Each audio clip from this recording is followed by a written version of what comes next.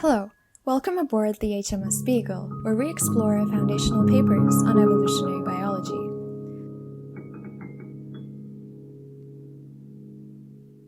Why do we age? When we look at the intricate evolutionary mechanisms that guide the growth and development of organisms, it's remarkable that natural selection still hasn't eliminated the process of aging to simply maintain what has already been formed. In evolutionary biology, fitness refers to the number of offspring an organism has in its lifetime. Natural selection favors traits that increase fitness. Early evolutionary biologists investigating aging believed that it was a mechanism designed by natural selection in order to eliminate the weak and worn-out members of a population.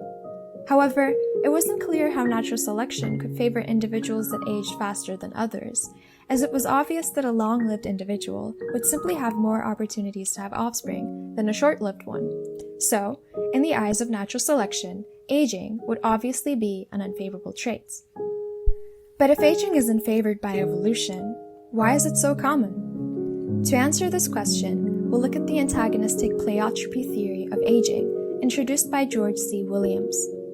In his 1957 paper, Williams discusses two key concepts to explain the evolution of aging. The first concept is the reproductive probability distribution. The idea behind this distribution is quite simple. As an individual approaches sexual maturity, its probability of reproduction increases, reaching a peak sometime after full sexual maturity. However, as the individual continues to age, the cumulative probability of its death also increases due to exposure to predation, disease, and other death factors.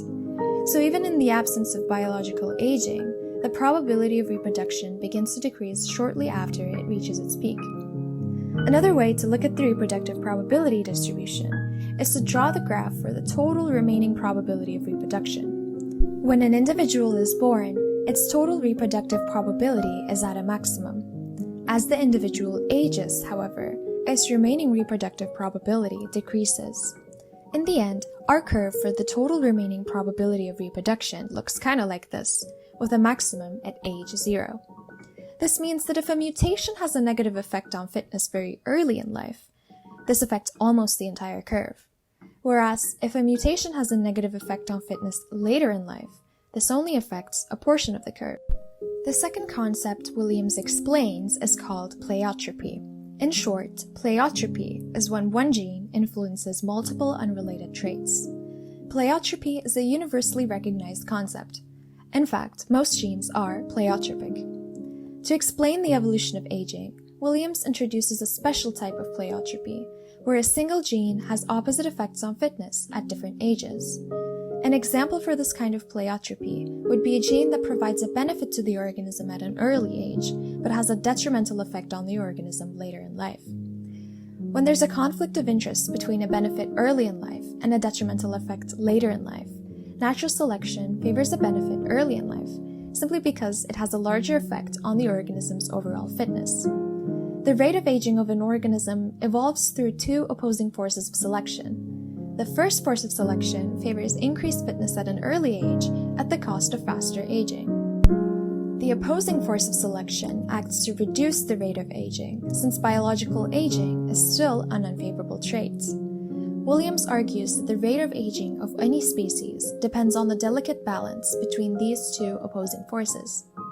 Simply put, biological aging is an unfavorable side effect of otherwise favorable genes that provide a benefit to the organism early in life. Since Williams's paper, exciting observations supporting his theory have been made. For instance, while estrogen is critical for human reproduction, it's also associated with an increased occurrence of breast cancer and endometrial cancer. Another example is the Pacific salmon, where if reproduction is prevented in laboratory conditions, lifespan may be more than doubled. That was Pleiotropy, Natural Selection, and the Evolution of Senescence by George C. Williams, published in December 1957 in the journal Evolution. You can find the link to the full paper in the description below.